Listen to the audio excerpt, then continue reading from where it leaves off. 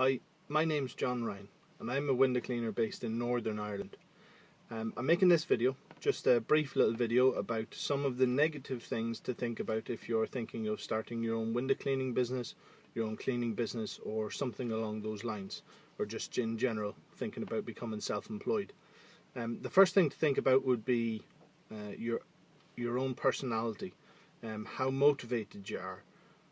Are you the kind of person that wakes up in the morning and has serious ambition and drive? If you don't have this key quality, doesn't matter about anything else. Motivation is what's going to make or break you being successful as being self-employed and having your own business. So you've got to motivate yourself for all the things on the days that you don't want to get up and go out to work, on the days that you feel sick and you don't want to work. Your motivation will make the difference between having your business in the black or in the red. The second thing is to think about is the cost.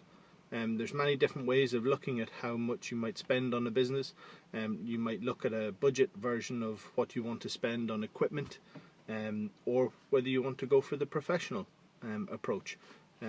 Both scenarios can cost either a little bit of money or a lot of money.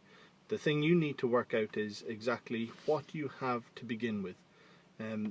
I would advise not going into debt to start your own business, or if you are going to get into debt, keep it to a minimum. And there's no point in going out and buying a load of machines. Oh well, once I'm in debt now I'll just buy a load of machines and equipment, and sure, may as well be hung for a lamb as a sheep. If you think about having a small budget of what you basically need to get your business up and off the ground, then once your business is making money and it's giving a return on that investment, then you can start to think, right, okay, maybe phase 2, I'll start to expand and spend more money on more machines. The other thing to think about is loss of work, in terms of down days. If you're sick, if the weather turns really bad where you can't go out and work, you've got to consider the fact that if you're not working, you're not earning.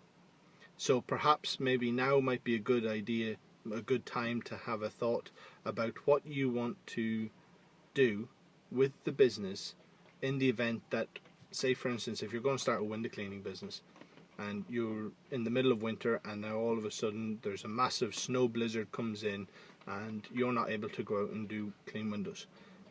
You might want to think about those kind of days, how long that period of time might last. Could last 2 weeks, could last longer, depending on what area you live in. But either way, what you want to think about is maybe having a backup plan, an alternative. Is there something else that you can do periodically to make a few pound or make a living during those times that you can't earn doing window cleaning? Say for instance like snow removal, gritting, ploughing, doing driveways, things like that. Use the elements of, try and think about what might arise throughout the year that might cause it difficult for you to carry on working. So if it's going to be sick days, maybe you want to think to yourself, well, if it's only a cold, can I wrap up? Plenty of coffee, plenty of soup, all those types of things to keep you going.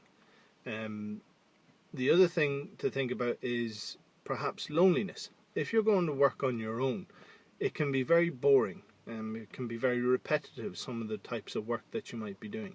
You're not able to have a conversation with somebody that's in a van with you all the time or in the office because you're on your own.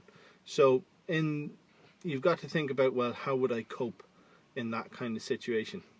Myself, plug in the earphones, listen to some music, listen to some books, some magazines. The other thing to think about is loss of customers. Competition can be pretty severe.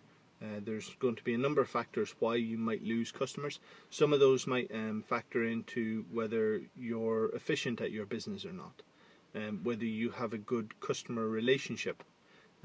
Are you friendly and positive and approachable to the customer? If you're not, then when the competition comes in to try and undercut you, or to their canvassing or they're expanding their business, it'll be very easy for your customer to say, yeah, okay, this person seems nicer. And niceness really pays off. It means then that the customer, if you're being nice and you've got a good relationship with them, that when somebody else comes along, they're going to think to themselves, no, I like John, so I'm going to hold on to him and I'm not going to be getting somebody else. The other thing to think about is marketing failure. You can spend an awful lot of money on different areas in the business to raise your profile, whether that be building a website, whether that be putting advertisements in newspapers, magazines, workplaces, posters, flyers, dropping business cards around the place.